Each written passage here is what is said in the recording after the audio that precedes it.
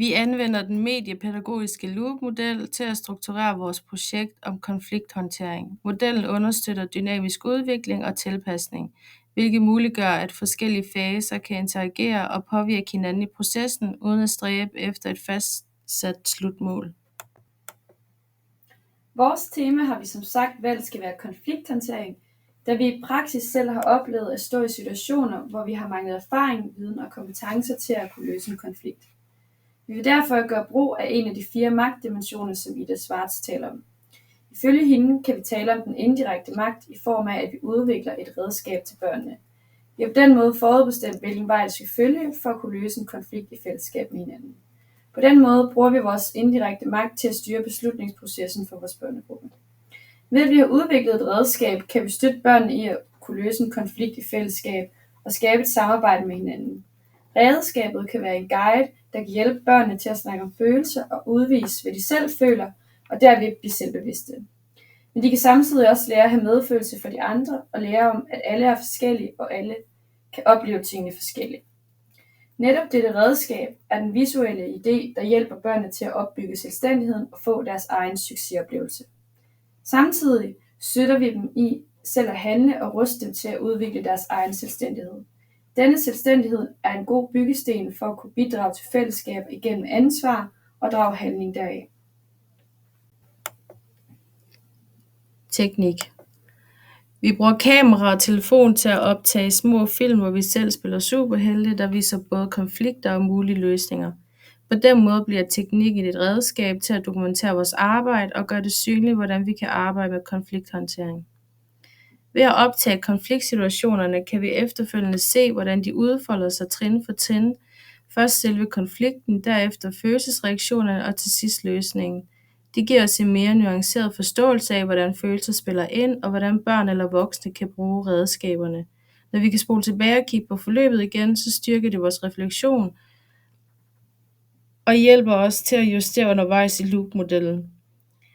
Teknikken er ikke kun et praktisk værktøj, den bliver også en kreativ proces. Når vi eksperimenterer med billedvinkler, nærbilleder og lyd, kan vi fremhæve stemninger og følelser på en måde, der gør konflikterne mere håndgribelige.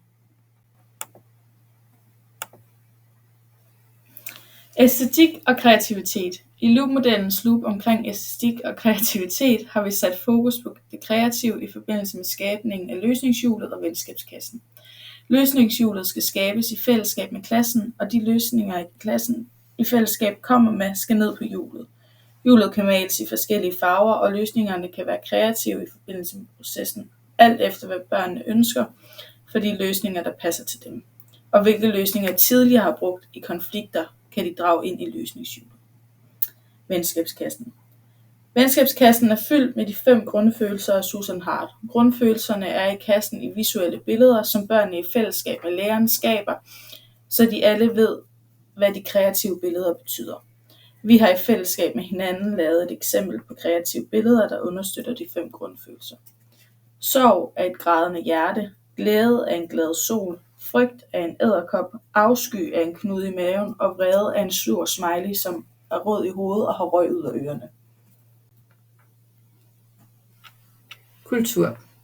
Vi vil gerne understøtte en kultur, hvor børnene selv får lov til at øve sig i at håndtere de her konflikter gennem lege, altså at det bliver til sjov læring at lære om følelserne og om handlemuligheder.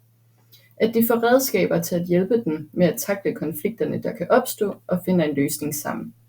Vi vil gerne fremme en anerkendelseskultur, hvor børnene øver sig i at anerkende hinandens følelser og oplevelser, også når de er uenige. Og på den måde kan de lære, at der altid er flere sider til oplevelsen, at man ikke altid føler tingene på samme måde, og at man ikke altid deler de samme holdninger.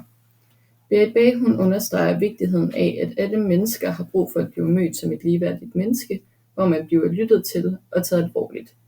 Derfor er det vigtigt, at børnene lærer at lytte til hinanden, så de alle kan få den oplevelse. Når børnene oplever, at de bliver lyttet til, bliver det også nemmere for dem at komme på løsninger og bevare det gode fællesskab i klasserne.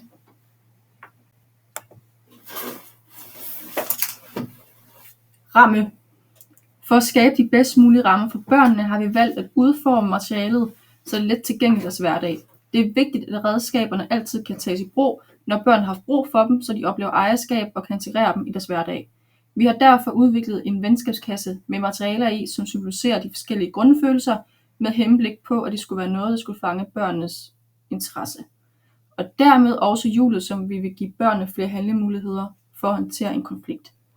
Vi har et stort fokus på, at vores læringsform kan understøtte børnenes indre motivation. Med udgangspunkt i Daisy Ryans selvbestemmelsesteori ved vi, at børn lærer bedst, når de oplever glæde, lyst og ejerskab i processen.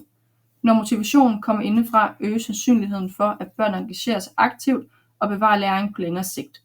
Fordelene ved den indre motivation er også, at man har lettere ved at ændre vaner og adfærd, samt opnå en dybere læring. Der kan opstå nogle benspænd i den her læringsproces, hvor børnene kan finde svært ved selv at tage de her redskaber i brug. Her skal pædagogen støtte og guide børnene gennem processen, så børnene føler sig set, hørt og forstået, altså anerkendt.